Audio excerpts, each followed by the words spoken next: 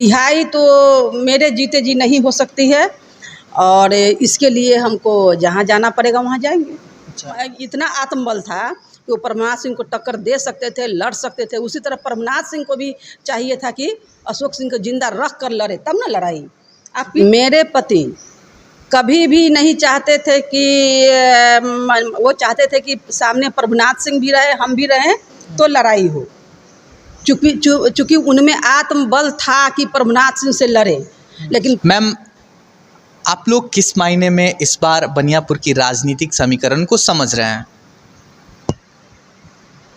यहाँ के राजनीतिक समीकरण यही है कि यहाँ तो दो आदमी का ही लड़ाई है। एक हमारा घर, एक हमारा विरोधी का घर। तो इसमें आने में भी और इसमें विकास के मामले में भी, विकास जो भी हुआ है बनियापुर में, वो जो होना चाहिए सो नहीं हुआ है। उसमें बहुत सारी अभी कमियां हैं। अब जैसे मान लें कि यहाँ के पब्लिक के लिए, जनता के लिए कुछ भी होता है, उसमें यहाँ का स्थानीय विधायक का ये रहता है कि हमारे बगैर, जैसे मान लें कि स्वास्थ्य विभाग में देखिए कि किसी को कुत्ता काटता है तो वहाँ जो इंजेक्शन आता है कुत्ते के लिए, तो वो जनता के लिए आता है ना। वो तो किसी के कब्जे में रखने के लिए नहीं आता है। तो जब तक स्थानीय विधायक का ये नहीं होता है, आदेश नहीं मिलता है, तब तक यहाँ माने इंजेक्शन नहीं दिया जाता है। इसलिए लोगों को बाहर से जाके इलाज कराना पड़ता है।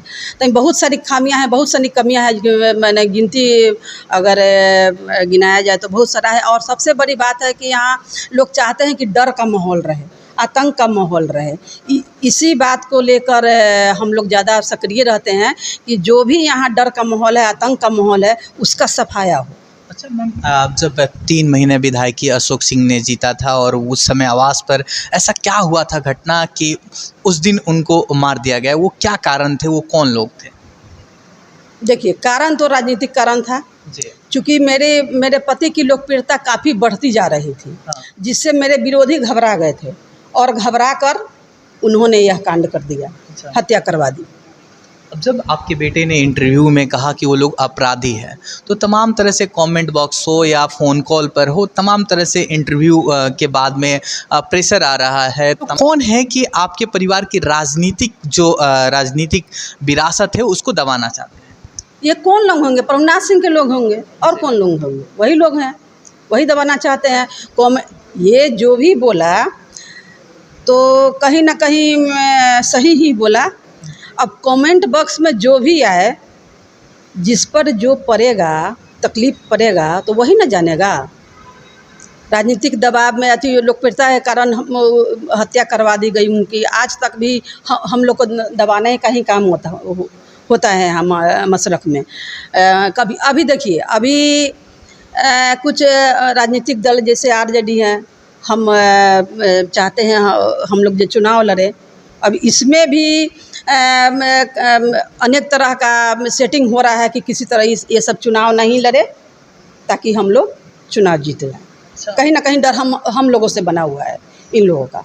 अब रिहाई की मांग की जा रही है, जो इन्होंने कहा कि अब लोग रिहाई के लिए सड़कों पर उतर रहे हैं, उनकी रिहाई की मांग कर रहे हैं। आपकी नज़र में क्या होना चाहिए? रिहाई नहीं होनी चाहिए। जब से इन लोगों की रिहाई की मांग हुई है, तब से यहाँ के क्या, पूरा सारण जिले के व्यापारी वर्ग के लोग, कमज़ोर वर्ग के लोग काफ़ी डरे हुए हैं। अच्छा। तो रिहाई तो मेरे जीते जी नहीं हो सकती है और इसके लिए हमको जहाँ जाना पड़ेगा वहाँ जाएंगे। अच्छा। रिहाई समाज हित में रिहाई नहीं होनी चाहिए।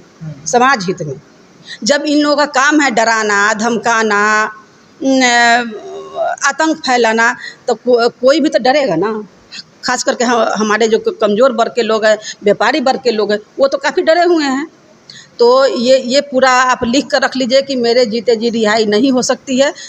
इसके लिए हमको जहाँ भी जाना पड़ेगा वहाँ हम जाएंगे। एक समय कहा जाता है कि आपके पति नहीं हैं, आपके बेटे युवा हैं, और अपनी आपकी लड़ाई लोग कहता है कि हम लोग बाहुबलियों का विधानसभा है ये सीट, और बाहुबली जो होता है इस विधानसभा से वही लड़ता है 2000 से, ऐसा माना जाता है। और मीडिया रिपोर्ट में भी देखेंगे तो ये सीट कहा जाता है कि बनियापुर सीट बाहुबली है, और आप लोग बाहुबली नहीं है, तो आप लोग क्या टक्कर दे पाएंगे? देखिए, बाहुबली का ये बनियापुर नहीं है, कायर का है, इसको कायर कहा जाएगा। मेरे पति कभी भी नहीं चाहते थे कि वो चाहते थे कि सामने प्रभुनाथ सिंह भी रहे, हम भी रहें तो लड़ाई हो, चूँकि उनमें आत्मबल था कि प्रभुनाथ सिंह से लड़े, लेकिन प्रभुनाथ सिंह में थोड़ा सा भी आत्मबल नहीं था जो वो अशोक सिंह से लड़ पाते, इसीलिए उन्होंने घिनौना षड्यंत्र करके मरवा दिया। हाँ। घिनौना षड्यंत्र करके इसीलिए मरवा दिया उन्होंने। अच्छा। अगर प्रभुनाथ सिंह कायर नहीं होते, अगर सही मायने में बाहुबली होते, तो अशोक सिंह को जिंदा रख कर वो लड़ाई करते, लेकिन नहीं, उन्होंने से घिनौना षड्यंत्र करके मरवा दिया। अच्छा। मेरे पति में इतना आत्मबल था कि वो प्रभुनाथ सिंह को टक्कर दे सकते थे, लड़ सकते थे। उसी तरह प्रभुनाथ सिंह को भी चाहिए था कि अशोक सिंह को जिंदा रख कर लड़े, तब ना लड़ाई। आप पीठ पीछे मरवा दीजिएगा तो किस बात का लड़ाई? जब आप समाप्त ही कर दिए तो आप में क्षमता नहीं थी लड़ने की क्षमता, तो आपने मरवा दिया। 2025 को विधानसभा चुनाव है, आप इसको किस नज़रिए से देखते हैं? क्योंकि आप लोग भी प्रत्याशी के तौर पर, महागठबंधन के प्रत्याशी के तौर पर उम्मीदवारी कर रहे हैं, तो आप लोग किस मायने में देखते हैं? उम्मीदवारी यहाँ का जो इस मायने में हम देखते हैं कि यहाँ का जो डर का माहौल है, आतंक का माहौल है, उसको अगर हम लोग उम्मीदवार बनते हैं, चुनाव जीतते हैं, तो इस चीज़ को भी ख़त्म करेंगे।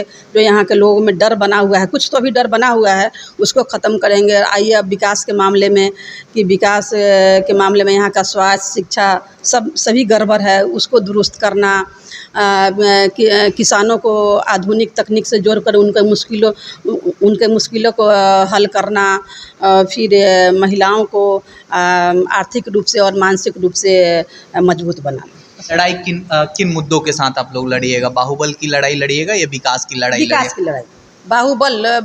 यहाँ तो बाहुबल है ही नहीं, यहाँ तो कायरता है, तो कायरता के साथ नहीं ना लड़ेंगे हम यहाँ विकास के साथ लड़ेंगे।